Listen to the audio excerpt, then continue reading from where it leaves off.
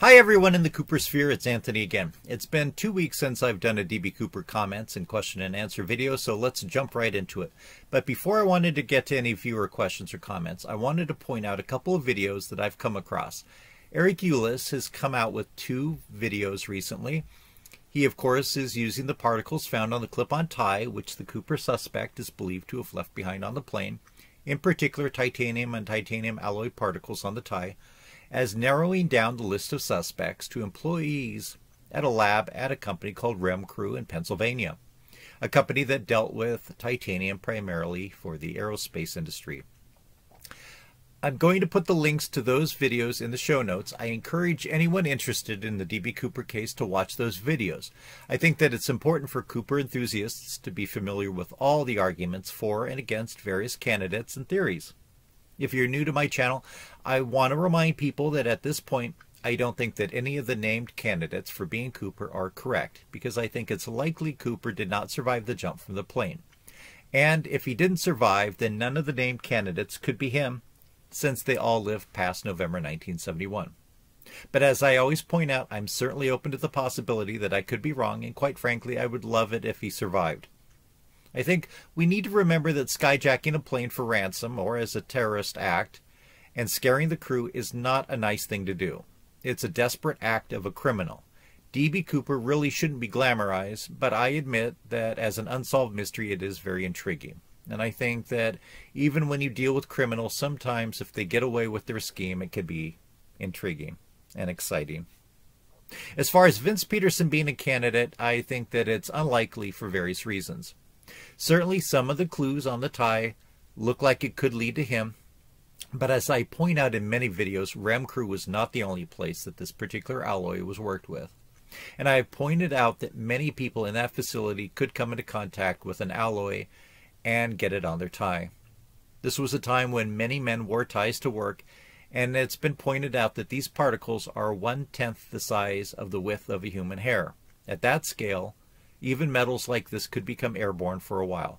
Mail clerks at that time wore ties to work. Even if they didn't go into the lab to deliver mail, there could be so much metal floating in the air and then settling on things that people are going to pick it up from doorknobs or other places and then get it on their tie when they adjust their tie. It's been pointed out in various places that titanium was not used to the extent that it is used now in all kinds of things, including golf clubs. However, people want to ignore or minimize the fact that it was extensively used in the aerospace industry since the 1950s, including in the Soviet Union. It was very common in the aerospace industry at that time. Just in the United States, at any one time, there are probably hundreds of thousands of people who work for aircraft manufacturers, and when you extend that over the past 75 years, it probably runs into the millions of people that would have likely come into contact at some point with some amount of trace titanium dust. At 1/10 of the width of a human hair, it could be that airplanes, including commercial airliners, were full of these microscopic particles, and that everyone who flew on a plane would pick up at least a few particles.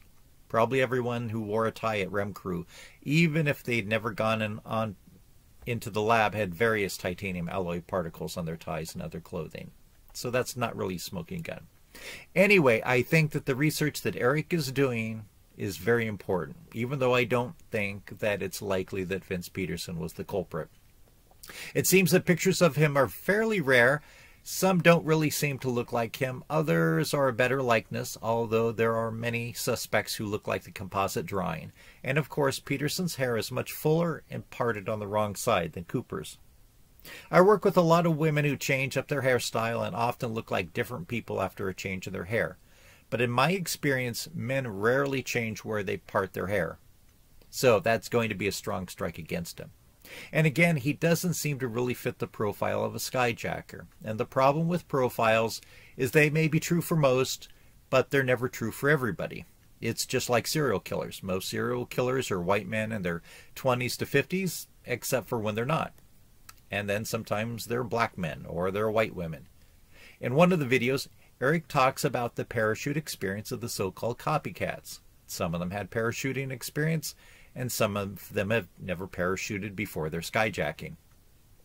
Obviously, in the case of McCoy, he had a wife and kids, And I don't know about the other copycat cases, but Vince Peterson seems to be an educated engineer working at a company. He's writing journal articles on his research, has a wife and at least one child, doesn't have any known paratrooping experience, doesn't seem to have any criminal background, doesn't seem to have much motive, but decides to go from Pennsylvania to Oregon, and on the night before Thanksgiving, under miserable weather conditions, decides to hijack a plane and then jump out of it.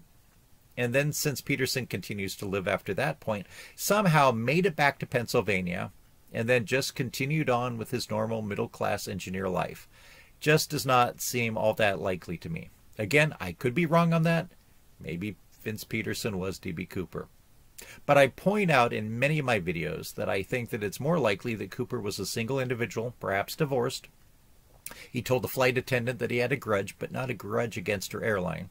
I've theorized that it's possible that he could have been something like a government safety inspector, which would account for the various types of chemicals and other materials found on his tie. I think likely he was from the Pacific Northwest, since most criminals commit their crimes close to home, or in the case of truck drivers who commit crimes, close to their normal driving routes. I think it's likely that Cooper didn't survive. People ask, why hasn't somebody filed a missing persons report right after Thanksgiving on somebody who might be the suspect? Let's say that you were Cooper and that you were planning to skyjack the plane for $200,000, which was quite a bit of money at the time. You're going to have two options. One, you die and then it doesn't matter. And two, you get away with the money, or perhaps you get caught and jailed. Either way, you don't need a job after Thanksgiving. So it's likely, if you had a job prior to Thanksgiving 1971, you might quit it. Or else, as many people have surmised, Cooper was somebody who had been laid off prior to that point. And in either of those scenarios, there's no job for the person to show up to after Thanksgiving. And if Cooper was divorced, widowed, or otherwise single, then there's no wife to report his disappearance to the police. And you would think that somebody would notice somebody missing and report them to the police. But as I point out in the case of the Somerton man in Australia, DNA evidence last year finally solved that 70-year-old mystery. He was a divorced man. Possibly he had been looking for his ex-wife, and possibly he had given up and ended his life on the beach where he was found. But despite being one of the biggest mysteries in Australia, his ex-wife never seemed to have noticed his picture or description in the newspaper and contacted the police and said, yeah, that's my ex-husband. So to wrap up on this point, I encourage Eric Ulis to keep on doing the research. I think that it's worthwhile, but I think that we need to be very cautious in thinking that Vince Peterson is any type of likely suspect at this point. The next video that I wanted to point out is called The Real McCoy. It's actually was posted about 6 years ago, and it's much McCoy Cooper older campus sane documentary than the one that against accepting McCoy's identification as Cooper. And the so-called Cooper parachute in McCoy's mother's barn is not mentioned in this documentary, but I think many of us who have seen that on Dan Gryder's second video. Again, there are many, many reasons why the identification of that parachute and harness seem to be incorrect. I also point out that that harness and parachute would be the holy grail of 20th century American crime. So where is it? Has it been turned over to the FBI? Is it in the Smithsonian?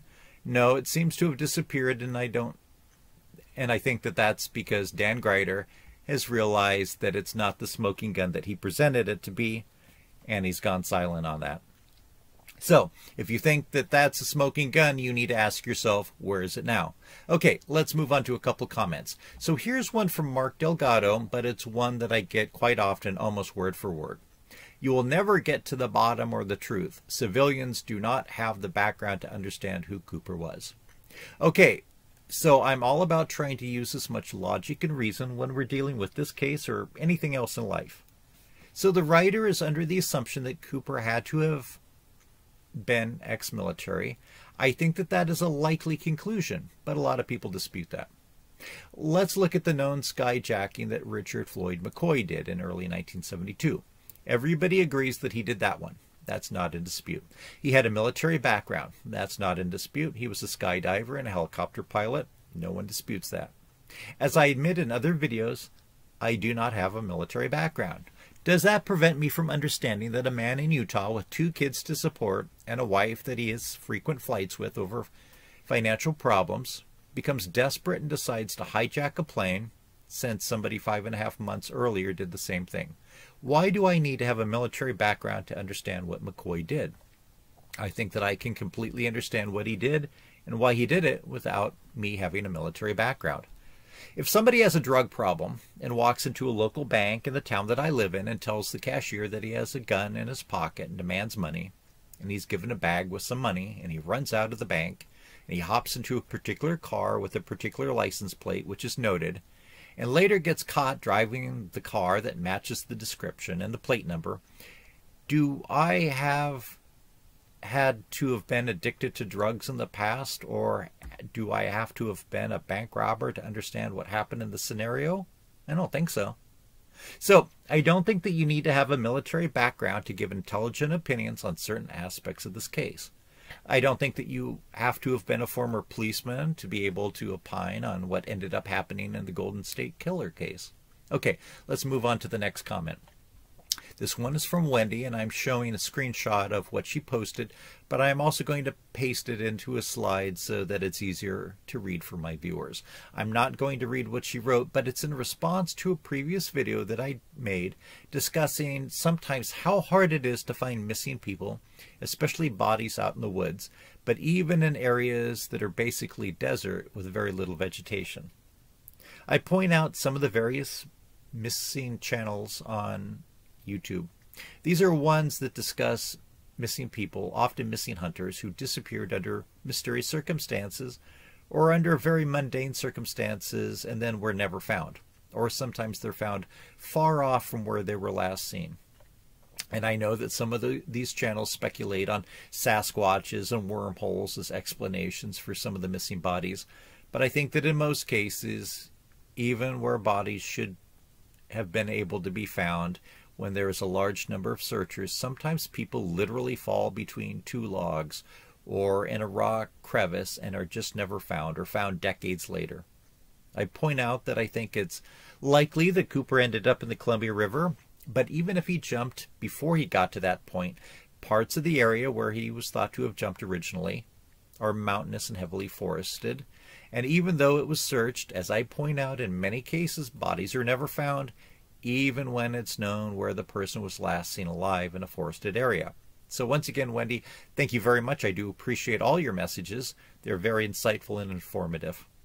Here, James Harper asks about the thought that the tie could have come from a secondhand store. He's commenting on a very early video that I've done. Since then, I've talked about the tie quite often and whether it could have come from a secondhand store. Now, I'll point out that there are some people who don't even believe that the tie belonged to Cooper, but I'm going to assume that it did. With that thought in mind, then we have really two options. One, that it belonged to Cooper and his normal occupation leading up to that point.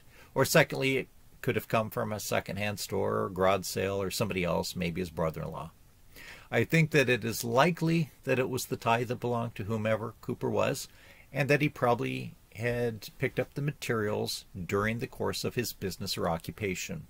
Again, as I pointed out, I think that there is a distinct possibility that Cooper may have been an engineer, but he may also have been some type of government employee who traveled around to various facilities. I think that it's likely he was single at the time of the skyjacking, but again, I don't rule out anything. I think generally crimes are committed by people who live somewhere in the region where the crime was committed. So I think that it's more likely that Cooper lived in Oregon or Washington rather than in Pennsylvania. People have pointed out that places like Boeing and Seattle, or Tektronix, which is mainly located in Beaverton, Oregon, where I live, are likely sources of the materials found on the tie. I also think that he took off the tie before he jumped because he didn't need a clip-on tie flopping in front of his face as he left the airplane. I don't think that he necessarily intentionally left it behind as a clue, but perhaps just forgot it. He probably was intending to put it in his pocket, but somehow it didn't end up there. In any case, I don't think that he was too concerned with retaining it, simply because it was a cheap tie that cost less than $3 at JCPenney, and he was about to jump out of a plane with $200,000. If he lost that tie and needed a new one, he certainly would have enough money to buy another tie to replace it. So while the tie is at this point the best clue that we have, we need to be very cautious in interpreting what is found on it. It could be the DNA eventually helps solve the case, but as I point out, when people are wearing ties talking to other people at close range, you're going to get a lot of DNA material from your coworkers on your tie. So there again, that could lead in the wrong direction. But DNA is what broke the Somerton Man case and the Golden State Killer case, so it may eventually help solve the Cooper skyjacking. And here's one last comment that I'll post before I end. I just wanted to say thank you for this comment here. Okay, I'll end here. I have lots more comments and questions that people have left on my other videos that I still want to get to. I'll get to them eventually. Thank you so much. If you want to help me out, I would really appreciate it if you subscribe to this channel. Click the like button on the videos that you like, and do leave a comment, especially if you have a comment that answers something that has not already been answered or commented upon.